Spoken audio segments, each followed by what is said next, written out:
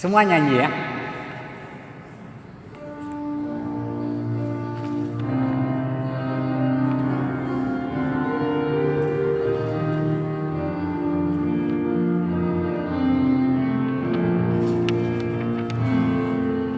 Siapakah aku lihat kau curahkan cintamu? Apakah artiku bagimu? Apakah artiku bagi cintamu setia selalu? Setia selalu.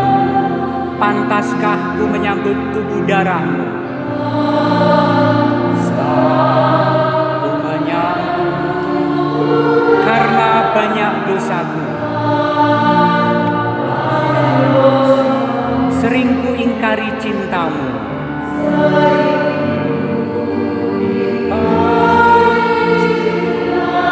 Dalam langkah hidupku.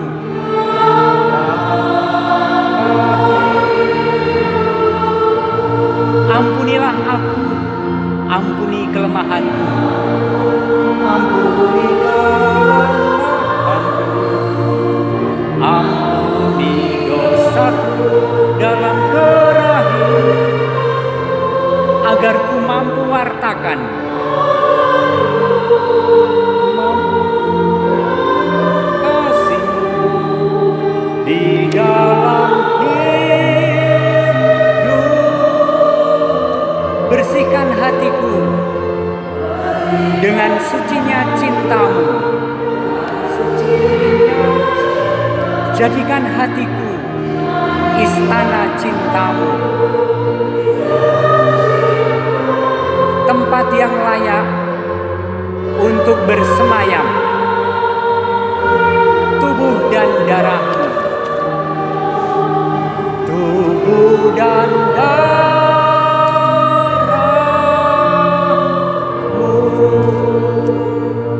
Saudari-saudara yang dikasihi Tuhan, biasanya itu dilakukan waktu komuni. Tetapi rasaku dan aku banyak kali melakukan ini doa tobat deh. Mari kita lihat. Siapakah aku di hadapan-Mu Tuhan? Kau curahkan cintamu. Apakah artiku bagimu? Cintamu setia selalu. Pantaskah aku menyambut tubuh darah-Mu karena banyak dosaku? Sering ku ingkari cintamu dalam langkah hidupku. Ini penelitian batin kan? Terus, ampuni aku, ampuni kelemahanku, ampuni dosaku dalam kerahiman-Mu, agar ku mampu wartakan kasih-Mu di dalam hidupku. Bersihkan hatiku dengan sucinya cintamu.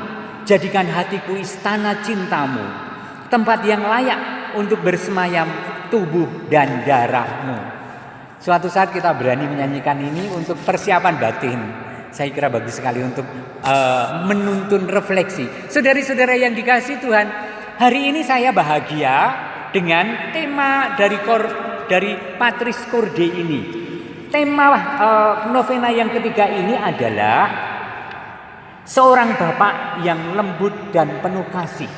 Saya membacanya berkali-kali, hanya 2 halaman penuh, 1-2. Tetapi sayang kalau ada kata yang terlewat dari Bapak Suci Fransiskus. Maka beberapa alinea akan saya baca kurang lebih persis. Apa yang menarik dari tema ini?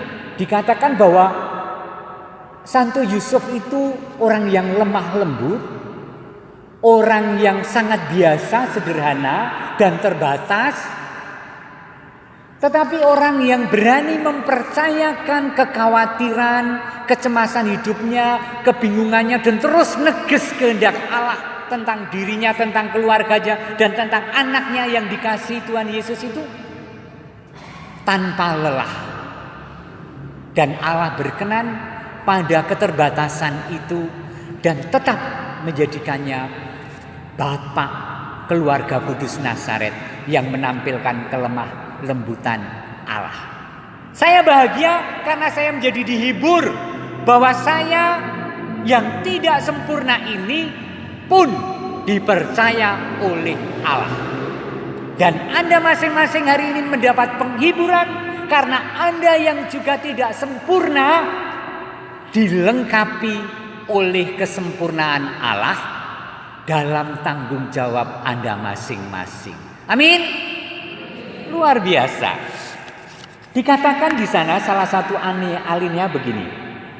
Sejarah keselamatan terpenuhi dalam harapan melawan semua harapan. Itu kutipan dari kitab surat Roma. Melalui kelemahan kita. Sekali lagi, sejarah keselamatan terpenuhi melalui kelemahan kita, bukan melalui kesempurnaan kita. Ini penting sekali.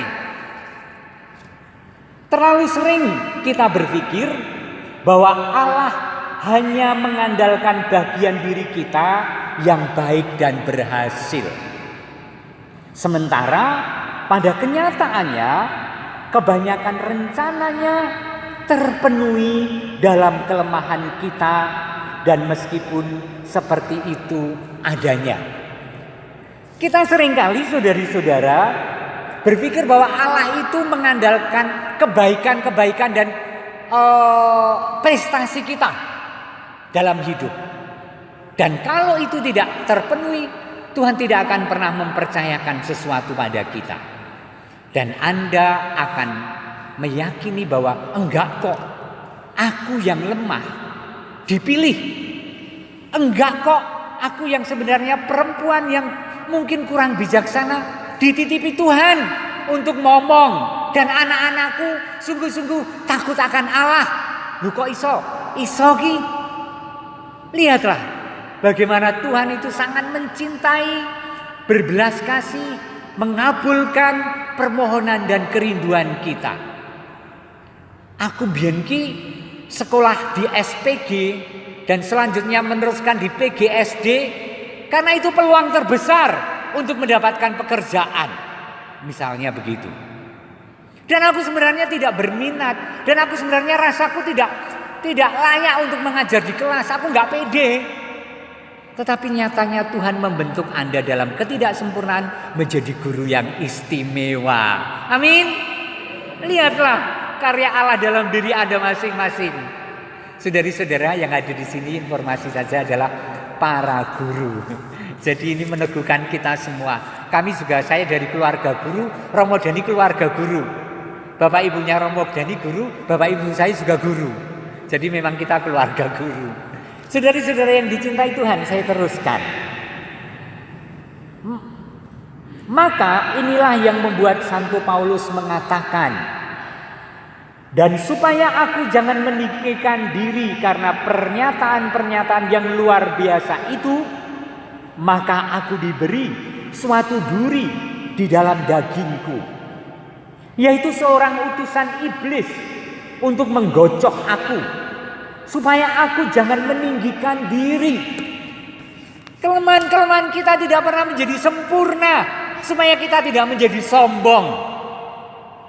Kita masih kurang, kita tidak sempurna, supaya kita mengandalkan kelengkapan dari Allah dalam tugas dan tanggung jawab kita masing-masing. Saudari-saudara, luar biasa. Maka kalau Anda memandang Romo Paroki di Wonogiri, biasa, tidak istimewa, ada banyak kelemahannya. Tetapi kami bersyukur berani menjawab dalam segala keterbatasan itu panggilan Tuhan yang memimpin kami untuk menjadi seorang imam yang terus tetap tidak sempurna tetapi mengarah dan berdoa untuk boleh melayani dalam kesempurnaan Tuhan. Amin. Terus tentang hal itu aku sudah 3 kali berseru kepada Tuhan supaya utusan iblis itu mundur daripadaku. Tuhan jadikan aku sempurna. Aku ingin menjadi guru yang sempurna. Tuhan jadikan aku orang tua yang sempurna. Tapi kenapa aku melakukan kesalahan di depan anakku? Aku marah dengan pasangan hidupku. Aku malu Tuhan. Aku ingin semua ini hilang. Dan aku menjadi sempurna di hadapan orang lain. Aku guru Tuhan, punya harga diri. dan Anda tidak pernah menjadi sempurna. Apakah kemudian saya loyo, saya lungkrah, saya mengundurkan diri karena saya lemah? Enggak, saudari-saudara. Karena dalam kelemahan kita Allah menjadi sempurna. Dikatakan seterusnya ini. Tentang hal itu aku sudah 3 kali berseru kepada Tuhan supaya utusan iblis itu mundur daripadaku. Tetapi jawab Tuhan kepadaku. Ayo kita ingat jawab Tuhan kepadaku. Cukuplah kasih karunia bagimu. Sebab justru dalam kelemahanlah kuasaku menjadi sempurna. Yuk bareng saya bacakan satu frasa dulu. Cukuplah kasih karuniaku bagimu. Yuk. Kaya nek kongkonan murid kae lho ndawuhi kae lho kan murid itu kon mantep gitu kan. Anda mantep yuk. Cukuplah kasih karuniaku bagimu. Keras. Sebab justru dalam kelemahanlah kuasaku menjadi sempurna. Dahsyat kan? Dahsyat kan? Ini mantra kita loh ya. Saya ulangi utuh lalu Anda menirukan. Cukuplah kasih karuniaku bagiku. Cukuplah kasih karuniaku bagimu. Sebab justru dalam kelemahanlah kuasaku menjadi sempurna. Yuk. Cukuplah kasih karuniaku bagimu. Sebab justru dalam kelemahanlah kuasaku menjadi sempurna. Dalam kelemahan kuasa Allah menjadi sempurna, saudari-saudara. Bukan dalam kelemahan aku memohon sampai aku sempurna. Enggak. Dalam kelemahanku kuasa Allah menyempurnakan aku. Menyempurnakan tanggung jawab pelayananku, profesiku. Luar biasa menurut aku ini. Kemudian dikatakan, jika ini Bapak Suci, jika ini adalah prospek tata keselamatan, kalau prospek ke depan tata keselamatan adalah seperti itu dalam kelemahan kuasa Allah menjadi sempurna, kita harus belajar menerima kelemahan itu dengan kelembutan yang mendalam, saudari-saudara. Kita mungkin ada sudah berumur 50, 55, 45, sudah semakin tua. Dan kita masih memohon dan merasa kurang dan merasa aku kok tetap lelah, aku kok tetap lemah. Bagaimana ini aku gelisah, nanti aku tidak masuk surga. Bagaimana aku gelisah, nanti aku tidak sempurna. Siapa orang mau mengatakan apa tentang aku? Jika ini prospek tata keselamatan, kita harus belajar menerima kelemahan kita dengan kelembutan yang mendalam. Luar biasa ya. Mari kita lihat selanjutnya. Si jahat menyebabkan kita memandang kerapuhan kita dengan penilaian negatif. Penting ini, Bapak Suci, luar biasa. Si jahat menyebabkan kita memandang kerapuhan kita dengan penilaian negatif. Saudari-saudara, kalau ternyata saya selalu gelisah bahwa saya tidak sempurna, bahwa saya punya kelemahan ini dan kelemahan itu, dan saya tidak mau menerima kelemahan ini, dan saya selalu gelisah dan ingin sempurna, itu memang di satu sisi baik. Tetapi jangan-jangan itu kuasa jahat yang selalu menuduh kita, kamu tidak sempurna, kamu tidak layak, kamu sebaiknya loyo, ngelokro, frustrasi, kamu tidak layak. Dan kemudian kita tidak mengerjakan apapun yang mulia, yang baik, yang luhur, yang berarti. Tidak ada pekerjaan baik karena merasa tidak layak. Tidak ada yang mau menjadi prodiakon karena merasa tidak layak. Tidak ada yang mau menjadi dewan paroki karena merasa tidak mampu. Saya teruskan. Sementara roh, huruf besar, Roh Kudus meneranginya dengan kelemah lembutan.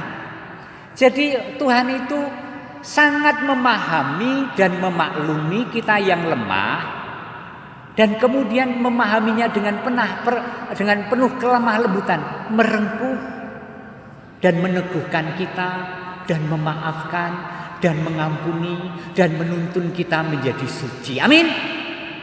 Dan itu begitu nyata dalam sakramen rekonsiliasi, sakramen tobat, sakramen pengampunan dosa. Di sana dikatakan, itulah sebabnya penting menjumpai belas kasih Allah. Semakin kita lemah, semakin kita tidak berdaya, semakin merasa tidak sempurna, menjadi begitu penting untuk mendekati belas kasih Allah. Ini huruf besar juga, belas kasih Allah. Terutama dalam sakramen rekonsiliasi, di mana kita memperoleh pengalaman kebenaran dan kelemah lembutan.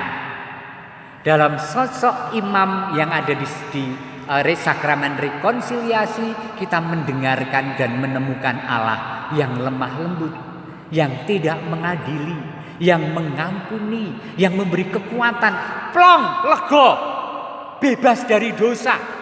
Itulah yang kita hayati dalam sakramen rekonsiliasi ketika kita jujur mengakukan kelemahan dan dosa kita. Namun demikian, secara paradoks, meskipun si jahat dapat mengatakan kepada kita kebenaran, tetapi itu dilakukannya hanya untuk menghukum kita. Kita itu sering menghukum diri atas nama si jahat dan itu, setan itu, iblis itu. Menghukum diri untuk mengatakan aku layak, aku penuh dosa, aku hambar, hidupku tidak berguna. Seolah-olah kita menghukum diri kita sendiri dan Tuhan tidak menghendaki kita berhenti di situ, saudari-saudara. Namun demikian, kita tahu bahwa kebenaran yang datang dari Allah tidak menghukum kita, tetapi menerima kita, mendukung kita, mengampuni kita. Dan itu diumpamakan dalam kisah anak yang hilang. Si bapak sebelum anaknya mengakukan dosanya langsung turun dari singgasana dan merangkul si anak ragil ini. Dan ketika si anak mulai mengucapkan pengakuan dosanya, bapak itu sudah tidak peduli, saking bahagianya. Ambilkan pakaian terbaik, pakaikan sepatu pada kakinya, pakaikan cincin pada jarinya, mari kita berpesta. Alasannya adalah sebab anakku ini telah mati dan menjadi hidup kembali. Ia telah hilang dan didapat kembali. Lihat saudari-saudara, rasakanlah kebahagiaan kita hari ini ketika kita melihat sosok Tuhan, kelemah lembutannya juga dalam diri Santo Yusuf terhadap keluarga Nazaret. Bahkan alinea terakhir menutup khotbah, bahkan melalui kecemasan Yusuf terjadilah kehendak Allah, sejarahnya, rencananya. Lihat bagaimana Yusuf sebagai seorang bapak yang baru, ya kan, dengan membawa istri yang hamil tua, mau melahirkan, mencari tempat penginapan, dapatnya hanya di kandang. Betapa cemas dan panik, dan kemudian mencoba neges kersa dalam Gusti. Dan ketika anaknya lahir, banyak orang mengungkapkan tentang harapan, tetapi kemudian tiba-tiba harus lari mengungsi ke Mesir. Jauh loh dari tanah suci ke Mesir itu. Naik bus itu 13 jam kalau non-stop tanpa henti. Dan itu kecepatan 100 lebih terus. Jauh. Kalau itu naik bis, nah dulu naik apa? Luar biasa. Saya ulangi sekali lagi menutup. Bahkan melalui kecemasan Yusuf terjadilah kehendak Allah. Sejarahnya, rencananya. Yusuf mengajar kita bahwa memiliki iman kepada Tuhan juga mencakup kepercayaan bahwa dia juga dapat bekerja, bahwa Tuhan dapat bekerja melalui ketakutan kita, kerapuhan kita, kelemahan kita. Luar biasa. Dan itu mengajarkan kita bahwa di tengah prahara kehidupan, di tengah prahara COVID, di tengah prahara ekonomi yang semakin sulit, kita tidak boleh takut untuk menyerahkan kemudi perahu kita kepada Allah. Terkadang kita ingin mengontrol segalanya, tetapi Dia memiliki gambaran yang lebih besar. Amin. Tepuk tangan bagi Tuhan. Maka saudari-saudara, dalam sukacita kita direngkuh oleh Allah melalui sosok Santo Yusuf yang dalam keterbatasan dan kelemahan mengambil tanggung jawab dan menyerahkan itu kepada Tuhan, dan Tuhan menganugerahkan sifat kelemah lembutan pada Santo Yusuf, pada Anda yang di rumah, pada kita masing-masing. Amin.